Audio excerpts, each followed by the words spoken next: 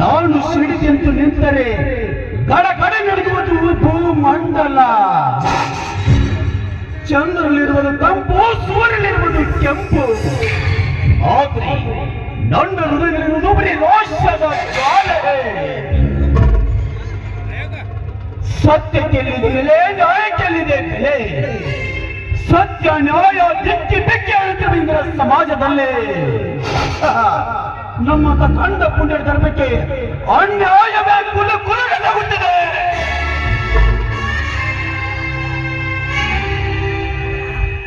ನಮ್ಮ ದೇಶಕ್ಕೆ ಸ್ವತಂತ್ರವಾದ ತಂದು ಕೊಟ್ಟ ಮಹಾತ್ಮ ಗಾಂಧೀಜಿ ಸತ್ತಿದ್ದು 1948ರಲ್ಲಿ. ಭಾರತ ರತ್ನ ಸಂವಿಧಾನ ಶಿಲ್ಪಿ ಡಾಕ್ಟರ್ BR ಅಂಬೇಡ್ಕರ್ ಅವರ ಪಂಚಮದಲ್ಲಿ ಲೀನರಾಗಿದ್ದು 1956ರಲ್ಲಿ. ಶ್ರೀಮತಿ ಇಂದಿರಾ ಗಾಂಧಿ ಕೂಡ ನಮ್ಮ ದೇಶವನ್ನು ಆಳಿ ಅಗಲಿ ಹೋಗಿದ್ದು 1984ರಲ್ಲಿ. ಆದ್ರೆ ಶ್ರೀ ರಾಜೀವ್ ಗಾಂಧಿ ಕೂಡ ಮರಣ ಹೊಂದಿದ್ದು 1999ರಲ್ಲಿ. ಆದರೆ ಬಡವಿಯಾದ ಗಂಗೆಯ ಗಂಡ ಸತ್ತಿದ್ದು ಈ ಜಯಗೌಡರ ಕೈಯಲ್ಲಿ 1998ರಲ್ಲಿ. ಆದರೆ ನನಗೆ ಸವಾಲು ಹಾಕಿ ಪೊಲೀಸ್ ಸ್ಟೇಷನ್ಗೆ ಹೋಗಿ ಕಂಪ್ಲೇಂಟ್ ಕೊಟ್ಟಿಯಲ್ಲ ಗಂಗೆ, ಬಿಡುವುದಿಲ್ಲ, ನಿನ್ನನ್ನು ಬಿಡುವುದಿಲ್ಲ. ಎಲ್ಲಿದೆ ಸರ್ಕಾರ? ನಮ್ಮಂತ ಶ್ರೀಮಂತರ ಕೊಡುವ ಹಣವನ್ನು ತಿಂದು ರೂಪರಾಶಿಯ ಸೌಂದರ್ಯಕ್ಕೆ ಮಾರು ಹೋಗಿದೆ. ಅಂದ ಮೇಲೆ ನಿಮ್ಮಂತವರಿಗೆ ಎಲ್ಲಿದೆ ಬೆಲೆ?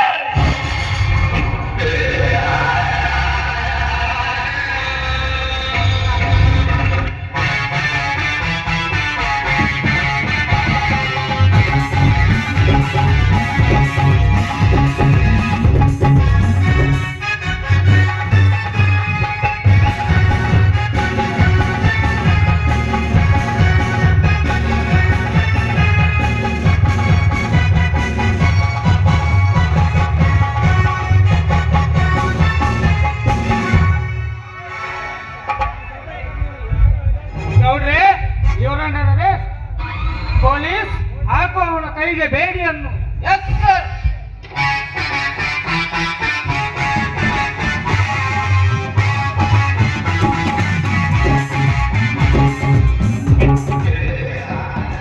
ಬೇಡಿ ಯಾವ ಕಾರಣಕ್ಕಾಗಿ?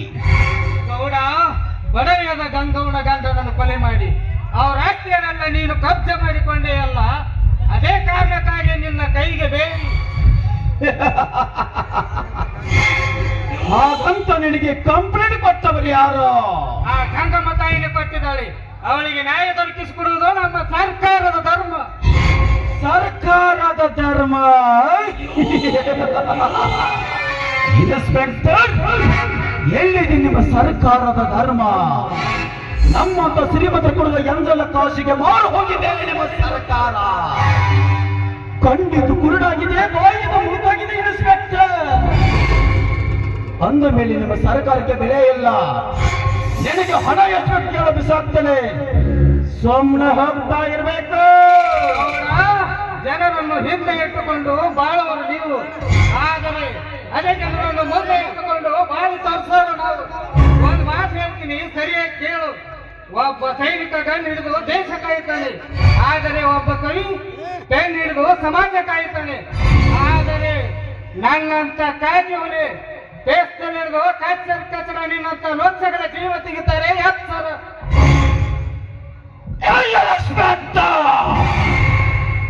ಎನ್ನಂತ ಕಾಜಿ ನಾಯಿಗಳು ನನಗೆ ತ್ರಾಸವಲ್ಲ. ನಿನಗೆ ಹಣ ಎಷ್ಟು ಬೇಕು ಕೇಳೋ, ಎಲ್ಲ ಅಂದ್ರೆ ಒಂದು ಡ್ಯೂಟಿ ಬಿಡಿ ಕಳಿಸಬೇಕಾಗುತ್ತೆ. ಜೈನ್ ಅಂದರೆ ನೀವುಗಳು ಕಚ್ಚಿದ ಅಡಿಗೆ ಮನೆಯಲ್ಲ, ಮಾಡ್ಕೊಂಡು ನೀತಿ ಮಾಡಕ್ಕದು ತಾಕ್ ಮಾಡೋಲ್ಲ. ಸರ್ಕಾರ ಎಂಬ ಸಂಸ್ಥೆ ಒಂದ್ಸಲ ಬೀಸಿದ್ರೆ ಮುಗಿದಾಯಿತು. ಆ ಯಾರೇ ಇದ್ದರೂ ಸರಿ, ಸರ್ಕಾರಕ್ಕೆ ಬಲಪಶೆ ಆಗಲೇಬೇಕು. ಎಂದು ನಾನು ನಿನ್ನನ್ನು ಬಿಡಲು ಸಾಧ್ಯವಿಲ್ಲ. ಏಕೆಂದರೆ ಇದು ಗಂಡು ಮೆಟ್ಟಿದ ನಾಡು ಕರ್ನಾಟಕ. ಮೇಲಾಗಿ ನಾನು ಬಂದಿರುವುದು ಹುಬ್ಬಳ್ಳಿ ಜೈಲಿನಿಂದ. ಇನ್ಸ್ಪೆಕ್ಟರ್,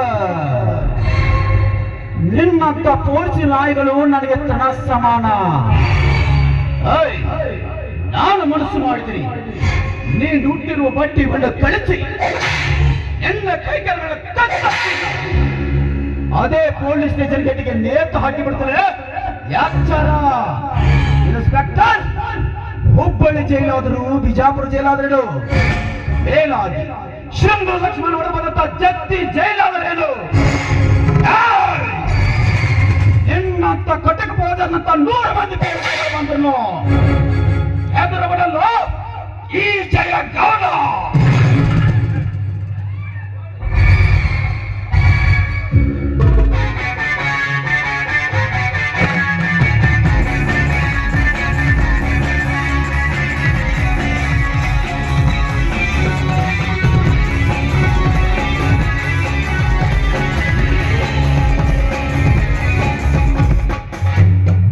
ನಮಸ್ಕಾರ ಗೌಡ್ರೆ. ನಮಸ್ಕಾರ. ಬಂಡಿ ಪೋಟಿಲ್ರೇ ಬಂಡಿ. ಲೇ ರೆಡಿ, ಕಾಕಿ ತೊಟ್ಟ ಮಾತ್ರಕ್ಕೆ ಎಷ್ಟು ಸೊಕ್ಕಲೆ ಮಗನ. ಗೌಡನ ಮನೆಗೆ ನುಗ್ಗಿ ಗೌಡರನ್ನು ಅರೆಸ್ಟ್ ಮಾಡುವಷ್ಟು ಎತ್ತರಕ್ಕೆ ಬೆಳೆದಿದೆಯಾ ಬಡ್ಡಿಯ ಮಗನೇ? ನಿನ್ನಲ್ಲಿ ಇಂಥ ಕಚಡ ಬುದ್ಧಿ ಇದೆ ಅಂತ ಮೊದಲೇ ಗೊತ್ತಾಗಿ ಗೃಹ ಮಂತ್ರಿಯ ಕಡೆಗೆ ಹೋಗಿ ಟ್ರಾನ್ಸ್ಫರ್ ಆರ್ಡರ್ ಬರ್ಸ್ಕೊಂಡು ಬಂದಿದ್ದೀರಿ. ತೆಗೆದುಕೋ ಈ ಟ್ರಾನ್ಸ್ಫರ್ ಆರ್ಡರ್ ಅನ್ನ. ಇದನ್ನು ತೆಗೆದುಕೊಂಡು ಬಾಯಿ ಮುಚ್ಕೊಂಡು ಹೋಗ್ತಾ ಇರಬೇಕು. ಬಂದ ದಾರಿಗೆ ಸುಂಕವಿಲ್ಲದೆ ಸುಮ್ಮನೆ ಹೊರಟು ಹೋದರೆ ಸರಿ, ಇಲ್ಲವಾದರೆ ನಿನ್ನ ದೇಹದ ಮೇಲಿನ ಬಟ್ಟೆಯನ್ನು ಕಳಿಸಿ ಅರಬೆತ್ತಲೆಯಲ್ಲಿ ಕಳಿಸಬೇಕಾಗುತ್ತದೆ. ಗೌಡ್ರೆ, ಹುಲಿ ತಾನಾಗೆ ಬಂದು ಬಲಗಿ ಬಿದ್ದಂತಾಗಿದೆ. ಅಂದ ಹಾಗೆ ಹುಲಿಯ ಗತಿ ಅದೋ ಗತಿ. ಇನ್ಸ್ಪೆಕ್ಟರ್, ತೆಗೆದುಕೊಂಡು ಹೊರಡು ಇಲ್ಲಿನ ಟ್ರಾನ್ಸ್ಫರ್ ಆರ್ಡರ್ ಅನ್ನು. ಗೌಡ, ಆಗು, ಆದರೆ ಇನ್ನು ಮುಂದೆ ಇದೆ ನಿನ್ನ ಕರ್ಮದ ಕತೆ. ಇನ್ಸ್ಪೆಕ್ಟರ್ ಭರತ್ ರೆಡ್ಡಿ, ಕೈಯಾಗ ಅಧಿಕಾರ, ಕಿಶಾಗ ರೊಕ್ಕ. ಕೈಯಾಗ ರಕ್ತ ಐತೆ ಅನ್ನೋದು ಬಹಳ ಹರಿಯಡ್ಬೇಡ್ಲೆ ಮಗನ. ಇಲ್ಲಿ ಹರಿಯುತ್ತಿರುವುದು ಕೃಷ್ಣಾ ನದಿಯ ನೀರು. ಇಲ್ಲಿ ಇರುವವರು ನಾವುಗಳು, ಅಂದರೆ ಊರ ಹೊಕ್ಕ ಹುಲಿಗಳು. ತಿಳಿತಲ್ಲೇ ಹರಾಮ್. ಎಚ್ಚರದಿಂದ ಮಾತನಾಡು. ಇದೇ ರೀತಿ ಬಾಯಿ ಉದ್ದ ಬಿಟ್ಟು ಅಂದ್ರ ಮಗನು ನನ್ನ ಕಾಲಾಗಿನ ಓಟು ನಿನ್ನ ನೆತ್ತಿಯ ಮೇಲೆ ಬರ್ತವೆ. ಎಚ್ಚರ.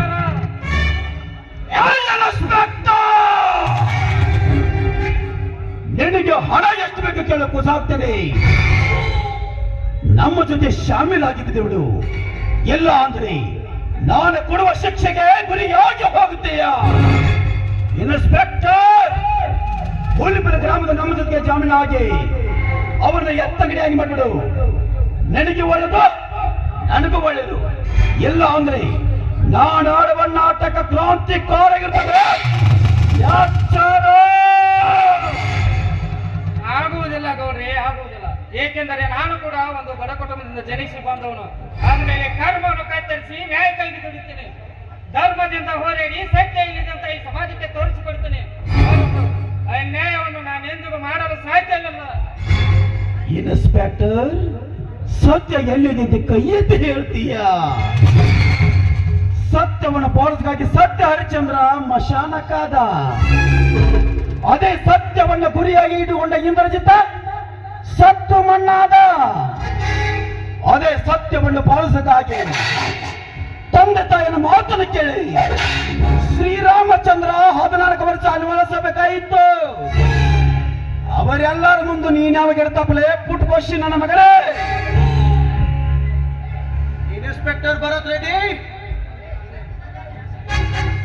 ಇನ್ಸ್ಪೆಕ್ಟರ್ ಭರತ್ ರೆಡ್ಡಿ, ನಮ್ಮ ಮುಂದ ತಲೆ ಎತ್ತಿ ನಮ್ಮ ಮೇಲೆ ಕಾಲು ಕೆದರಿ ತಲೆ ಎತ್ತಿ ಬೆಳೆದರೆ ನಿನ್ನ ಮೇಲೆ ಚಾರ್ಜ್ ಶೀಟ್ ಕೇಸ್ ಹಾಕಿ ನೌಕರಿ ಬಿಡಿಸಿ ಜೈಲಿಗೆ ಕಳಿಸುತ್ತೇವೆ. ಆಮೇಲೆ ಜನಾರ್ದನ ರೆಡ್ಡಿ ಹಾಗೆ, ಜಯಲಲಿತನ ಹಾಗೆ, ಲಾಲು ಪ್ರಸಾದ್ ಯಾದವ್ ಹಾಗೆ ಜೈಲಿನಲ್ಲಿ ಕೊಳೆಯಬೇಕಾಗುತ್ತದೆ. ಕೊನೆಗೆ ಒಂದು ದಿನ ಮಹಾತ್ಮ ಗಾಂಧಿಯ ಹಾಗೆ ಗುಂಡೆಂದಿಗೆ ಬಲಿಯಾಗುತ್ತದೆ. ಎಚ್ಚರ! ಗೌಡ, ಕೊನೆಯ ಬಾರಿ ಒಂದು ಮಾತು ತಿಳಿಸಿ ಹೇಳ್ತೀನಿ, ಕೇಳ್ರಿ. ಈ ಊರಾಗ ನೀವು ದೊಡ್ಡವ್ರು ಅಂದ್ಮೇಲೆ ನಿಮ್ಮಲ್ಲಿ ಒಳ್ಳೆಯ ಗುಣ ಇರಬೇಕು. ಅತಿ ನೊಂದ ಬಡವರ ಪಾಲಿಗೆ ಇವುಗಳು ಧರ್ಮದ ತಲೆಗಳಾಗಿ ಊರಿಗೆ ಉಪಕಾರಿಗಳಾದರೆ ಮಾತ್ರ ಭಾರತ ಚೀನಾ ಒಪ್ಪಂದ ಆದಂತೆ. ಅಷ್ಟೇ ಏಕೆ ಈ ಹೊಲೆಪುರ ಗ್ರಾಮ ರಾಮರಾಜ ಅವರ ಮೊದಲು ನೀವು ಮನುಷ್ಯರಾಗಬೇಕಾದ್ರೆ ಶಾಂತಿಯ ಮಂತ್ರವನ್ನು ಘೋಷಿಸಬೇಕು. ಆಗಲೇ ನಿಮಗೊಂದು ಬೆಲೆ ಸಿಗುವುದು. ಅದನ್ನು ಬಿಟ್ಟು ಬಡವರ ನೆಮ್ಮದಿಯನ್ನು ಹಾಳು ಮಾಡಿ ಅವರ ಕ್ರಾಂತಿಗೆ ನೀವುಗಳು ಸಿಲುಕಿ ಶಾಂತಿಯನ್ನು ಸುಡಬೇಡಿ ಗೌಡ್ರೆ, ಸುಡಬೇಡಿ. ಇನ್ಸ್ಪೆಕ್ಟರ್, ಶಾಂತಿಯಿಂದ ಸ್ವತಂತ್ರವನ್ನು ತಂದುಕೊಟ್ಟ ಮಹಾತ್ಮ ಗಾಂಧೀಜಿಯವರು ನಾಥೋರನ್ನು ಗೋಡಿಸಿದ ಗುಂಡೇಟಿಗೆ ಬಲಿಯಾಗಿ ಹೋದರು. ಅದೇ ಶಾಂತಿ ದೇವತೆಯನ್ನು ಆರಾಧಿಸಿದ ಯೇಸು ಸ್ವಾಮಿ ಶಿಲುಬೆಗೇರಿದ. ಅದೇ ಶಾಂತಿ ದೇವತೆಯನ್ನು ಆರಾಧಿಸಿದ ಕೆನಡಿ ಕೊಲೆಯಾಗಿ ಹೋದ. ನೋಡು, ನೀನು ಶಾಂತಿ ಅಂತ ಭಯಪಡಿಸಿದರೆ ಎಚ್ಚರವಿರುವುದಿಲ್ಲ. ಏನೋ ಇನ್ಸ್ಪೆಕ್ಟರ್ ಆಗಿದ್ದೀಯಾ? ಈ ಜೈಗಬಡ ಹೇಳೋದನ್ನೇ ಮಾಡೋದನ್ನೇ ಹೇಳೋದು. ಒಂದು ವೇಳೆ ನೀನು ನಮ್ದೇ ಗುರಿಯನ್ನು ಸಾಧಿಸಿದರೆ ನೌಕರಿ ಬಿಟ್ಟು ಮನೆಯಲ್ಲಿ ಬರಬೇಕಾಗುತ್ತದೆ. ಭಿಕ್ಷೆ ಪಾತ್ರ ಕಟ್ಟುತ್ತದೆ. ಗೌಡ, ಚೀರಡಿ ನರಹರಿದುಕೊಳ್ಳಬೇಡ.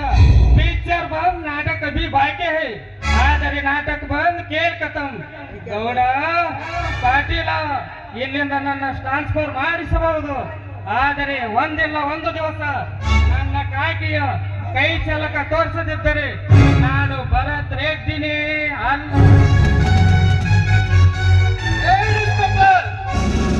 ನಾವು ಯಾರು ಗೊತ್ತಾ? ಕ್ರಾಂತಿಯ ಕಿಡಿಗಳು. ಕ್ರಾಂತಿಯ ಕಿಡಿಗಳನ್ನು ಎದುರು ಹಾಕಿದ್ರೆ ಸುಟ್ಟು ಹೋಗುವುದು ಖಚಿತ. ಹೋಗ್ತಾ ಇದೆಯಾ? ಸುಮ್ಮನೆ ಹೊರಟು ಹೋಗು. ಪಾಟೀಲ, ಇದು ಈ ಸಂತೋಷದ ಸಮಯದಲ್ಲಿ ಡ್ರಿಂಕ್ಸ್ ಮಾಡ್ತೀಯ? ಈ ಖುಷಿಯಲ್ಲಿ ಇಬ್ಬರು ಕೂಡ ಸ್ವಲ್ಪ ನಿಷೇಧಿಸಲ್ಲ ಗೌಡ್ರೆ. ಓಕೆ.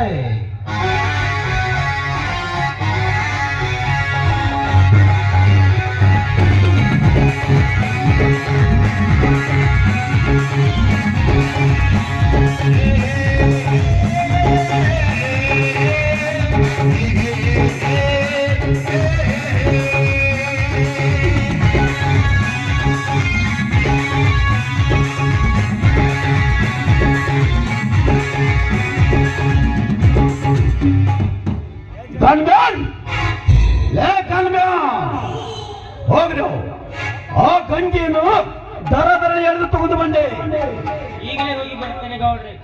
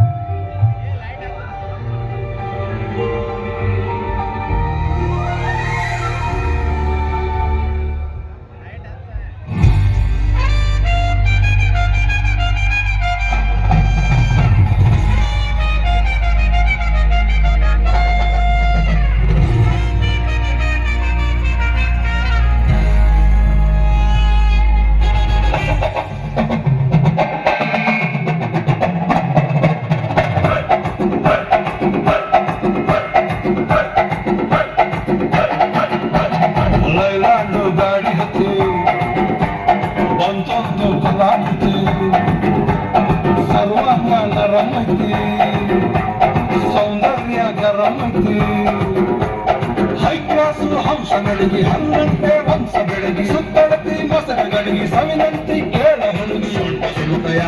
ಬಿಡುತ್ತಿ ಯಾಕ ಬಿಡುತ್ತಿ ಶೇಖಿ ಪುಷ್ಪವತಿ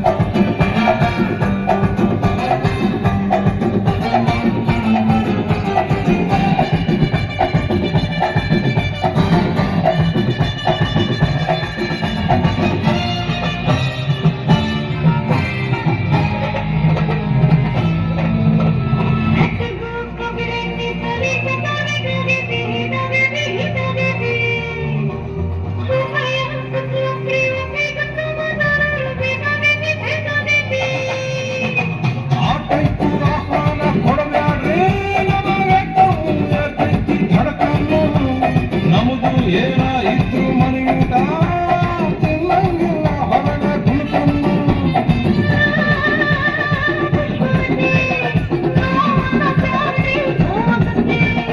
ಎಸ್ ಅಂದ್ರು ತ್ರಾಸಕತಿ ನೋ ಅಂದ್ರು ತ್ರಾಸಕತಿ ದಾಪುಗಳು ಯಾಕೆ ಬಿಡುತ್ತಿ ಯಾಕೆ ಬಿಡುತ್ತಿ ಶೇಖಿ ಪುಷ್ಪವತಿ